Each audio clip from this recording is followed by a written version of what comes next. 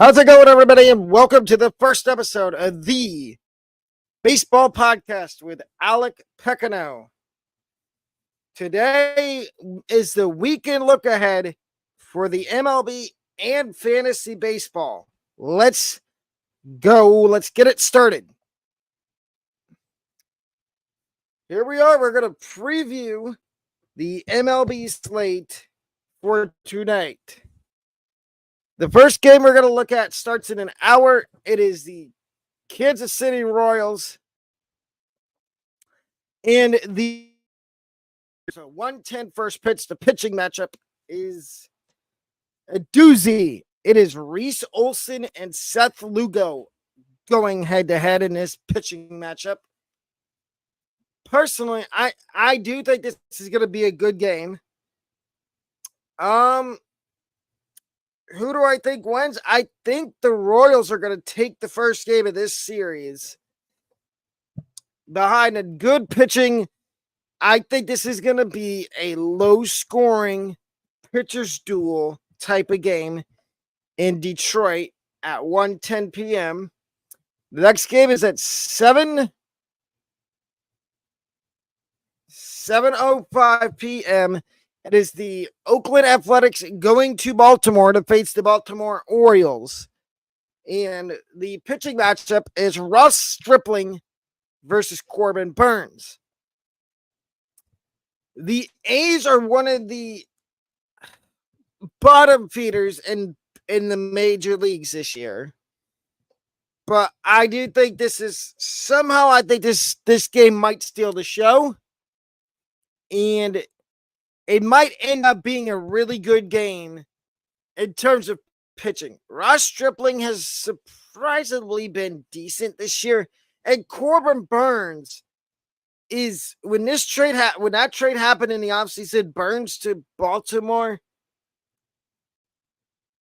in the Orioles basically didn't have to give up anything to get Corbin Burnes. I think Corbin Burnes might complete game shutout the A's tonight. The third game on the docket is it's at 7:07 p.m. and I'm only giving you, I think it's 5 or 6 games because there's a 13 game slate. The only two teams that are not playing are the Astros and the Rockies as they start their series tomorrow in Mexico City. But back to, so it's Dodgers and Blue Jays starting at 7:07 p.m. And the pitching matchup is Chris Bassett going for the Blue Jays and Gavin Stone going for the Dodgers. I'm going to say this right now. Gavin Stone is on thin ice. I think if Gavin Stone has another bad start, it sounds like Bobby Miller and Walker Buehler could be back within the next few weeks. If Gavin Stone doesn't prove himself that he could be a starting pitcher, he might be moved to the bullpen, or the Dodgers might send him back down to AAA. And on the other side, Chris Bassett, he's had I'm not going to say shaky start, but he's had an up and down start to the year for the Blue Jays. But I think this is going to be a really good game tonight. I don't know why. I just think it will be. And I think you can bet on the Blue Jays winning. Nationals and Marlins, 7:10 p.m. So there's a little switch with the pitching matchup.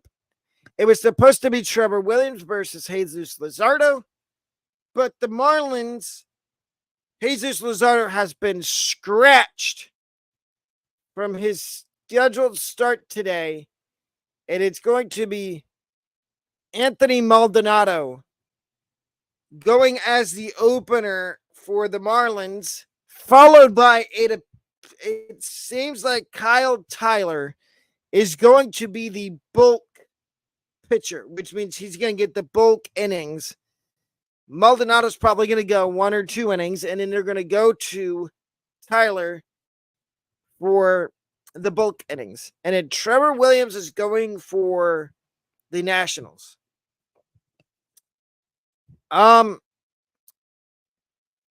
Here's what I have to say about Trevor Williams. I think he's going to absolutely shelve against the Marlins. The Marlins are one of the worst teams in baseball, and I don't see an avenue where the Marlins win this game at all. I think the Nationals are going to sweep all 4 games from the Marlins. Guardians and Braves is the next one. 7:20 p.m. first pitch. The pitching matchup going for the Guardians is Logan T. Allen. And going for the Braves is Chris Sale. What I'm going to say briefly on this is I think this is going to be the best pitching matchup of the night. I think there's not going to be a lot of scoring until the bullpens get involved, but I think Sale's probably going to strike out 8 or 9 batters, and same with Logan Allen. And then at 7:40 p.m. tonight, you have the Tampa Bay Rays visiting the Chicago White Sox, and the Rays should win this series. They should sweep Chicago. Tonight's pitching matchup is an interesting one. For the Rays, I don't say it's interesting for the Rays because we all know Zach Eflin has the capability to be a really good pitcher, and I think he's going to pitch really well tonight for the Rays. The interesting part of this is he's going up against Chris Flexen of the White Sox. And Flexen, he's had an up and down career. He's doing okay this year. But I am a little skeptical on how many innings Chris Flexen will pitch. I do think it's going to be, I think the Rays are going to blow out Chicago. Now we get to prospect call-up predictions. And instead of doing this in the weekend preview section of the show, I'm doing it right here at the end of the MLB slate schedule preview. So we've got Rays infielder Junior Caminero, who just came back from injury at Durham. And what has he done since returning from injury? Rake. And I think that's all Mr. Caminero knows how to do is rake.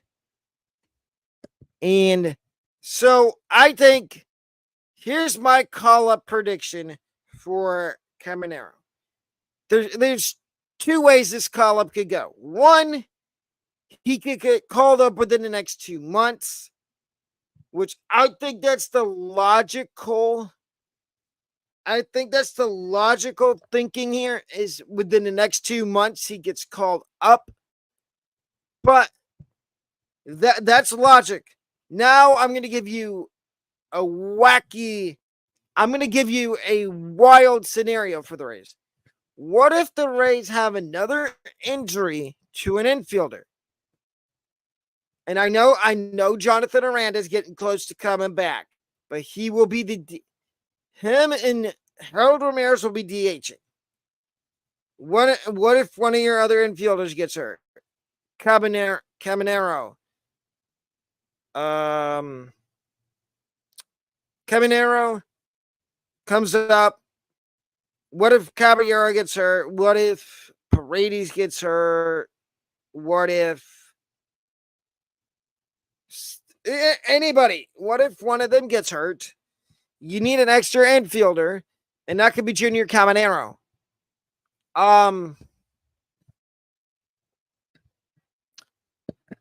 You got Red Sox, Marcelo Meyer. This one is a little. These next 2, I'm going to make it make sense to you. The Red Sox, Marcelo Meyer, shortstop, next 3 to 4 weeks. Here's my explanation as to why I think he'll come up within the next 3 to 4 weeks. If you look at who's been playing shortstop for the Red Sox right now, it ain't cutting it. They've had David Hamilton, Pablo Reyes. They've had a whole lonesome of Rob Ruffsnyder. They've had a whole lump sum of nobody's playing shortstop. I think Marcelo, and we've seen it before. We've seen prospects get promoted from AA to the big leagues.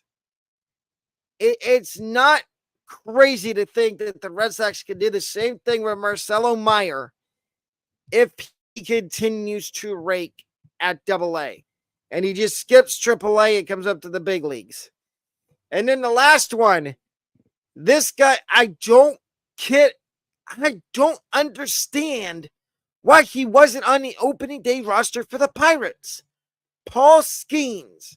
Have you seen how filthy his pitch offerings are? He's got a fastball that's 100 miles an hour, but then he throws I think it's either a slider or a wipeout curveball that just dies halfway to the plate, and you get the downward action on it. It's filthy. I might pull up a video here in a second of Paul Skenes and his pitch mix, because I want y'all to see what the Pirates are missing out on right now with him being in AAA. I understand they probably want to build up his innings. So the timetable for me, for Skenes to get called up, the next 3 to 4 weeks.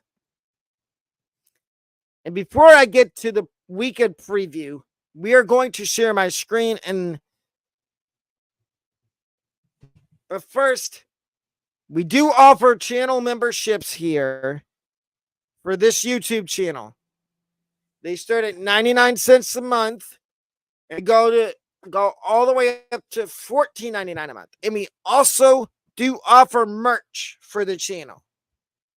The merch, I have the old merch. If you want the updated merch, I recommend going on the website and purchasing some of the new merch. The difference between the old merch and the new merch is the new merch has the website along the top of it. The old merch does not. But like I said, let me share my screen. And we will get to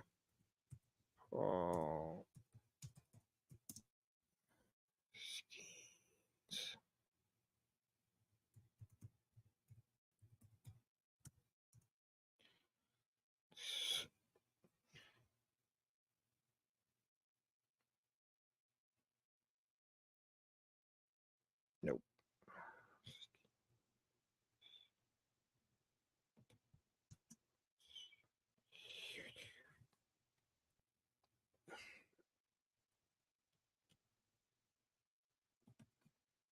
Here we go.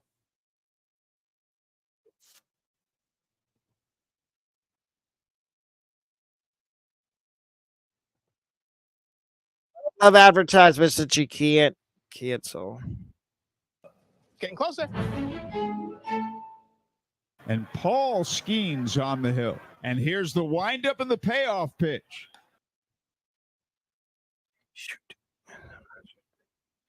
Hold up. I did not mean to do that. Share screen. Face. The payoff pitch is a swing and a miss. Skenes delivers. Swing and a miss. 0-2. Swing.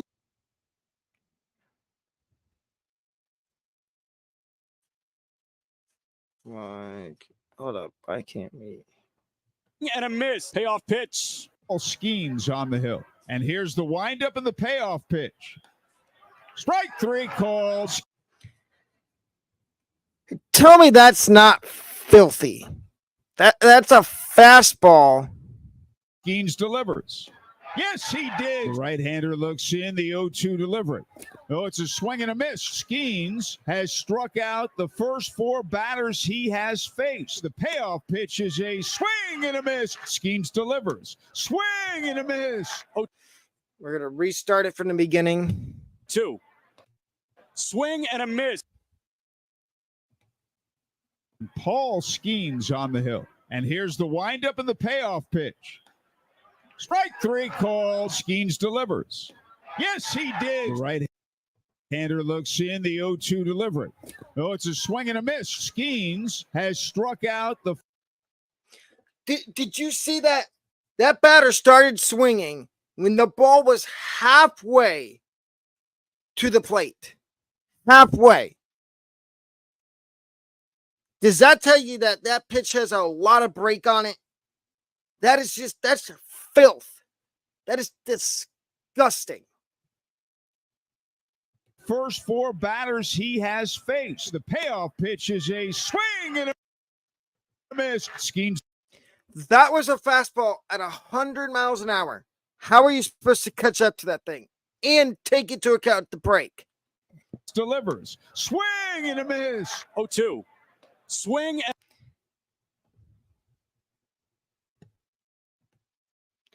Why? That's my thing. Why is Paul Skenes still in AAA? Now we get to weekend preview. And I'm going to let you know right now, some of the roster rates for the players are not exactly accurate. I tried my best, but the roster rates probably do go up. They do fluctuate. But here we go. First, we've got the weekend preview. Pitchers to stream, and we start with Jose Butto of the Mets. He goes tonight versus the Cardinals. All these guys, I'm going to say, if they're available in your league, pick them up and stream them. The only one I would be wary of is Luis Gil of the Yankees. He does have the tendency to lose command and walk hitters. But Jose Butto, I'm going to put them in order. Jose Butto's number 1 for me for streaming. Number 2 is Jose Soriano. Number 3, Mitchell Parker. And number 4, Luis Gil. So that goes Butto, Parker, Soriano, Gil. Wait, no. Soriano, Jose Butto, Soriano, Mitchell Parker, and Luis Gil. In that order. In that order specifically. Like I said, the only thing that worries me about Luis Gil, is that walks. And he does start tonight against the Brewers.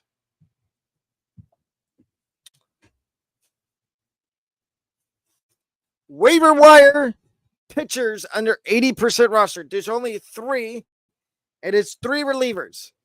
The first one is Garrett Clevenger of the Rays, 0.9% rostered. And right now, it's shaky when it comes to the Rays who's going to get the save opportunities. It might be Jason Adam. It might be Garrett Clevenger. It might be Colin Poche. Whoever you feel the most confident in to get the saves for the Rays right now while Fairbanks is out, I would pick them up. Whether it be Adam, Clevenger, Poche. Most likely it's going to be Jason Adam getting saves. Number 2 is Tigers.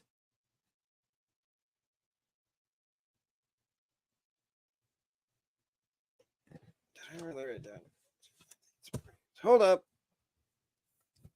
Tigers. That's supposed to say Braves. Braves, Joe Jimenez, 1.8% rostered. Now, Jimenez, he's used a lot, but he's not the closer. That would be Raisel Iglesias. But Jimenez does get big timeouts, and I would feel just fine with adding any of these 3 men off the waiver wire, including Austin Adams, 0.6% rostered. He gets strikeouts. That's what all 3 of these pitchers off the waiver wire get, is strikeouts. Players do not drop these guys. And I'm going to explain why right now. Number 1, Javier Baez, Detroit Tigers. The reason I say to do not drop Javi Baez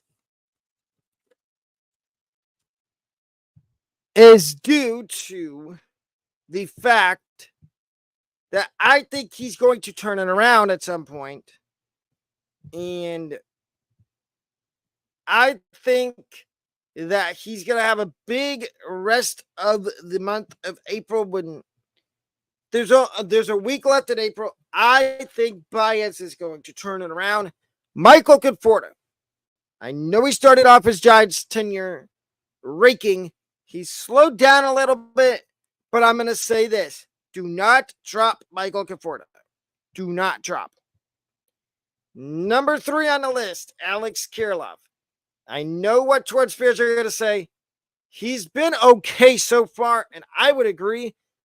But unless you can find another waiver wire outfielder that is capable of doing what Kirilloff can do, and he gives you first base eligibility too, so you can play him in the outfield or at first base, I would not drop Alex Kirilloff. Waiver wire hitters to stream, part 2.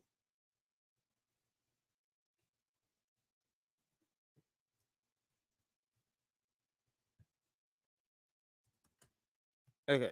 No, we're good. We're good. So the first guy I'm going to talk about is Jesse Winker. I talked about him on Monday in the waiver wire. I like Jesse Winker. He's got 4 games at the Marlins. It's a little weird with their scheduling here for the Marlins with the Nationals. They've got 4 at Miami, and then they started 3 games set on Tuesday. So, but I would stream Jesse Winker the whole weekend against Miami. Number 2 is Jonathan Clase of the Mariners. Clase has got 3 games at the Diamondbacks. And I know he might be platooning, but I still like the fact that he gets at bats. And I think he might be in for a massive weekend for the Mariners. White Sox, Cubs outfielder Alexander Canario, 3 games after the Red Sox. And again, I told you these roster rates are a little wonky because I did this right before the show. Canario, it seems like he's locked into an everyday role right now with the Cubs, while Cody Bellinger and Ian Happ, Cody Bellinger and Seiya Suzuki are out. He might be platooning with another guy, Armstrong. So if either Canario or Armstrong are out there on your waiver wire, go out and pick them up. And the last one is Jose Caballero. 3 games at the Chicago White Sox starting tonight. And I know he's right around 13-14% rostered. Canario, I think it was like 10%. Class A, it's 2 to 3%. And Winker, I know, is well under 20%. But back to Caballero. He has been raking. He's not going to get you home runs necessarily. If you need stolen bases, he will get you stolen bases. And prospects to watch. This is the prospect spotlight. And we're going to talk about 3 guys. And I talked about one of them a minute ago. and it's hearing about him twice. That means that he should probably get called up. But we're going to start with the outfielder, James Wood of the Nationals. Okay, so the Nationals just lost Lane Thomas to the injured list. And you would have thought with that happening that they would have called up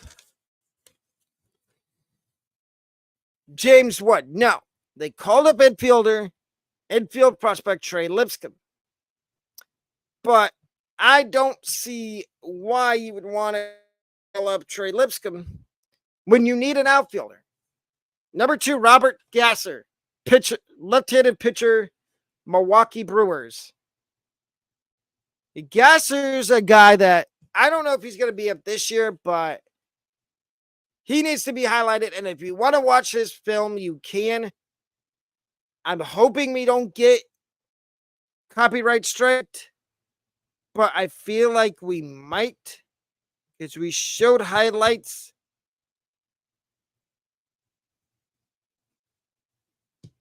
But if we do, all we have to do is mute the sound.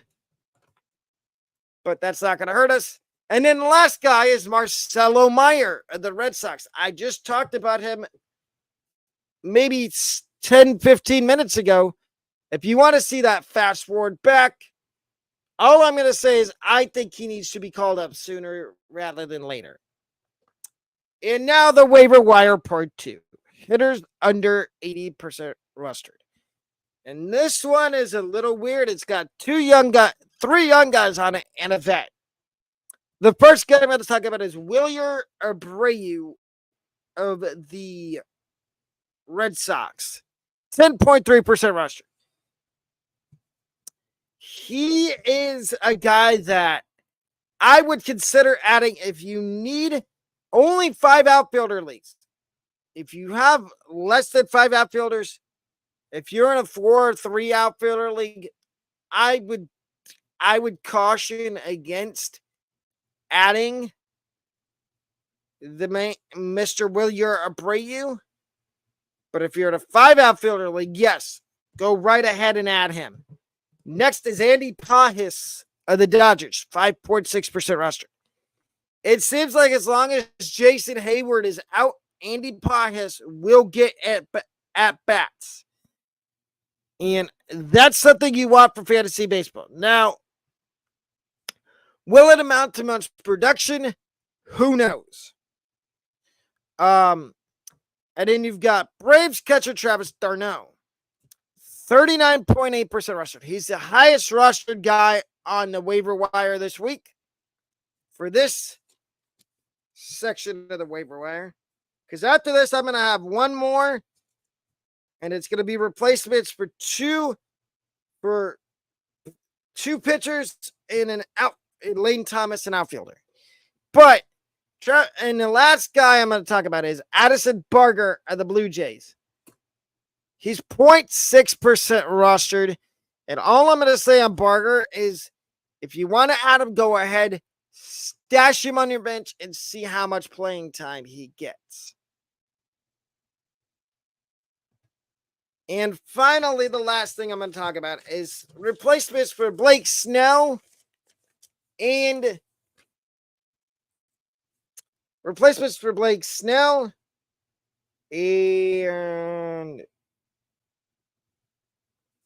Blake Snell replacements. I've got 4 guys. Jared Jones, Bryce Elder, Simeon Woods Richardson, and Mitchell Parker. And Mitchell Parker, I talked about him at the beginning of weekend preview.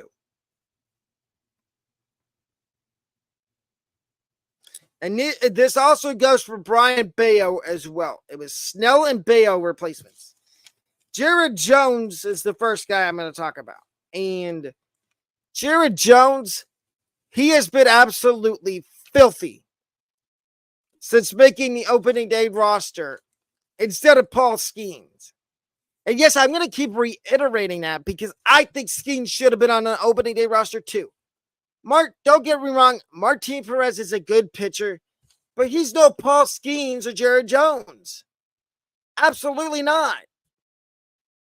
Number 2, Bryce Elder.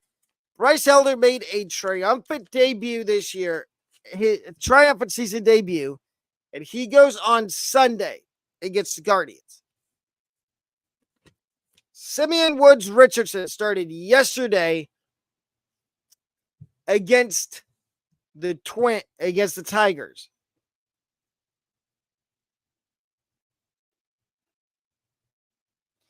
And it sounds like Woods Richardson might stick around for a little while for the Twins. I would feel perfectly fine picking him up. And the last guy is Mitchell Parker, who I just talked about maybe 5 minutes ago at the beginning of weekend preview. And I would feel confident picking him up.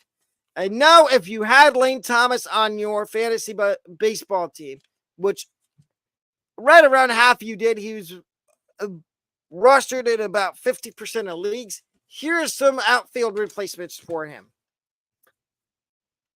Number 1 on my list, Brenton Doyle of the Rockies, who just had a huge game yesterday. 3 for 4 with a sock, which is a stolen base, and a home run. And but a key word is he does not play today. The Rockies are off. They don't play again until tomorrow in Mexico City against the Astros. My number 2 guy to add to replace Lane Thomas is Richie Palacios of the Tampa Bay Rays. Palacios, it seems like, until Josh Lowe comes back, which is soon. So this could be maybe a 1 or 2 week ad. Richie Palacios of the Rays. He has been raking since the regular season started. Number 3 on my list, Colton Cowser. Colton Cowser needs to be rostered in every single fantasy baseball league. I don't understand how many times we have to talk about him on the podcast, on the pod, in order for him to be rostered in almost every single league. It grinds my gears that not a lot of people want to roster him. And the last guy is Jonathan Clase of the Mariners, who I talked about at Hitters to Stream. Obviously, if he's in Hitters to Stream and he's in another segment, that means that I will talk about him a lot. And I think Clase needs to be added in more leagues. And if you didn't know, ladies and gentlemen, there will be another show tonight, not for fantasy baseball, but it will be the NFL Draft Night 2 live stream starting around, I'm probably going to say 7 o'clock, 7:10.